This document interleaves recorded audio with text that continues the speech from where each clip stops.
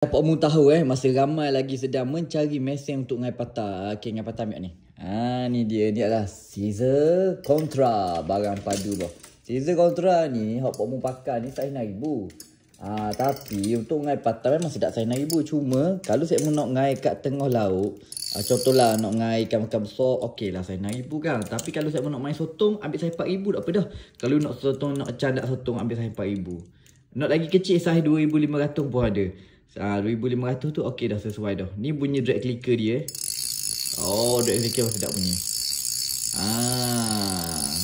Tahun ni ramai beli hok ni buat dengan airbag. Sebab harga dia murah, mampu milik, design lawa. Drag dia pun tinggi, besar. Ratio dia 5:1 Untuk saiz 5,000 dan juga 6,000 dia pakai knock ni, knock aluminium. Kalau knock plastik yang bawah 5,000 semua knock plastik. Ni design dia memang lawa. Jadi siapa berminat dengan Caesar Contra ni, boleh beli cepat-cepat lah dekat Beg Kuning. Sementara ada stok ni. Stok limited guys. Okey, beres tak pun. Boleh beli sekarang dekat Beg Kuning ataupun link dekat video.